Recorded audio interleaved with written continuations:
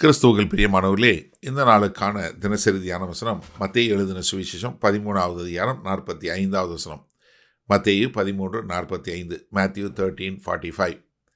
மேலும் பரலோக ராஜ்யம் நல்ல முத்துக்களை தேடுகிற வியாபாரிக்கு ஒப்பாயிருந்தது.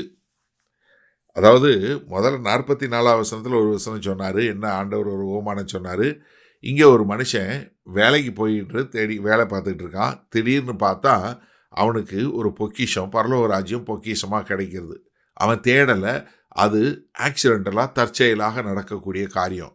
ஆனால் இங்கே இன்னொரு மக்கள் யாராக இருக்கிறாங்க, அவங்க எப்படி நான் தேவனுடைய ராஜ்யத்துக்குள்ளே போவேன், எப்படி நான் தேவனோடு இருப்பேன் அப்படின்னு சொல்லி அந்த ராஜ்யத்தை என்ன பரலோக ராஜ்யம் முத்துக்களை தேடுகிற நல்ல வியாபாரி. ஒரு நல்ல வியாபாரி என்ன பண்ணுறாரு, தனக்குன்னு ஒரு நல்ல முத்துக்களை தேடிக்கொண்டே இருக்கக்கூடியவரா.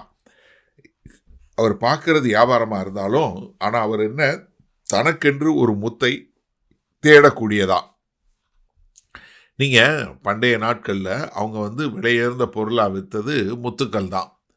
அப்படிப்பட்ட முத்து வியாபாரிக்கு நிறைய முத்துக்கள் வரும். ஆனால் அதில் ஒரு விலையேர்ந்த முத்து வேண்டும் என்று சொல்லி அதை தேடக்கூடியவராக இருந்ததை நம்ம பார்க்குறோம்.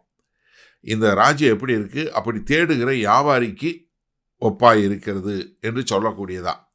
இப்போ நீங்கள் பாருங்கள், பழைய ஏற்பாட்டில் நிறைய நீதிமான்கள் அவங்க எல்லாம் என்ன கேட்டாங்க, ஆண்டவரே உம்முடைய ஆலய பிரகாரங்களில் இருந்து விட மாட்டேனா, ஒரு நாள் உம்முடைய பிரசன்னத்தில் நான் இருந்து விட மாட்டேனா, எப்படி மானானது நீரோடை வாஞ்சித்து கதறுவது போல என் ஆத்துமா தேவனுடைய பிரசன்னத்துக்காய் வாஞ்சித்து கதறுகிறது.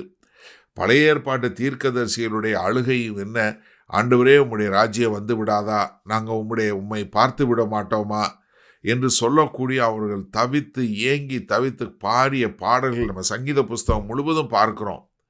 ஏன்னா தேவனுடைய பிரசன்னம், சங்கீதம் 84வது சங்கீதம் 2வது வசனத்தில் என்ன பார்க்கிறோம், என்னுடைய மாம்சமும் என்னுடைய ஆவியும் என்ன ஜீவனுள்ள தேவன் மேல் எப்பொழுதும் வாஞ்சியாய் இருக்கிறது என்று சொல்லக்கூடியதா. அப்போ என்ன பசிதாகம் உள்ளதாய் இருக்கிறது என்று சொல்லக்கூடியதா. எப்பொழுது நான் தேவனுடைய ராஜ்யத்துக்குள்ளே வருவேன், எப்பொழுது தேவனை நான் அறிந்து கொள்ளுவேன் என்று சொல்லக்கூடியது. அப்போ என்ன, எப்படியாவது அவர்கள் தடவையாவது தேவனை அறிந்து கொள்ள வேண்டும் என்று சொல்லக்கூடியதாக அவங்க ஏங்கி கொண்டிருந்தாங்க.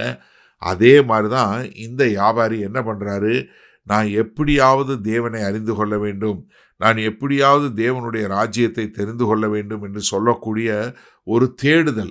அதனால தான் கர்த்தராகிய இயேசு கிறிஸ்து என்ன சொன்னார், தேடுங்கள் தரப்படும், தட்டுங்கள் திறக்கப்படும், கேட்கிற எவனும் பெற்றுக்கொள்வான் என்று சொல்லக்கூடிய ஒரு காரியத்தை நமக்கு சொல்லி கொடுத்தாரு. அதனால் நீங்கள் ராஜ்யத்தை தேடக்கூடியவங்களா இருக்கிறீங்களா? இங்கே ஒரு வியாபாரி என்ன பரலோக ராஜ்யத்தை தேடக்கூடியவராக இருக்கக்கூடிய ஒரு காரியம்.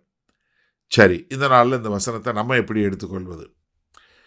நம்ம நேற்றைக்கு பார்த்தது போல் ஒரு சிலருக்கு ஆக்சிடென்டலாக கிறிஸ்தவனாக மாறிடுறாங்க.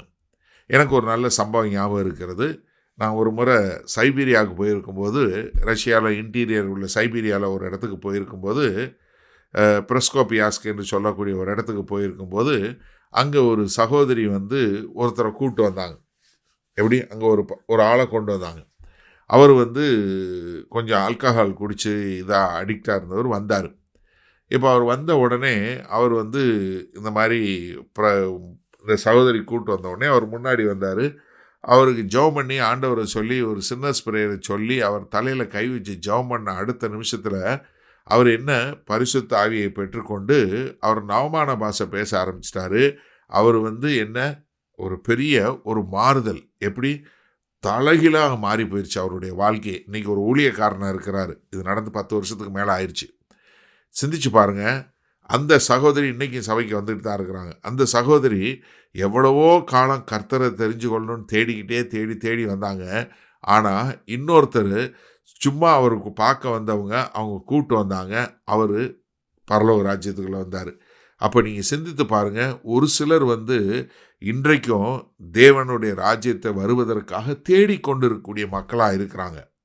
அப்போ நீங்கள் தேடி தெரிந்தவர்களா இல்லை தற்செயலாக நடந்ததா? தேடுகிறவங்களாக இருந்தீங்கன்னா நீங்கள் உங்களோட வேலை இன்னும் நீங்கள் இல்லைன்னா தேடக்கூடிய மக்களாக இருங்க.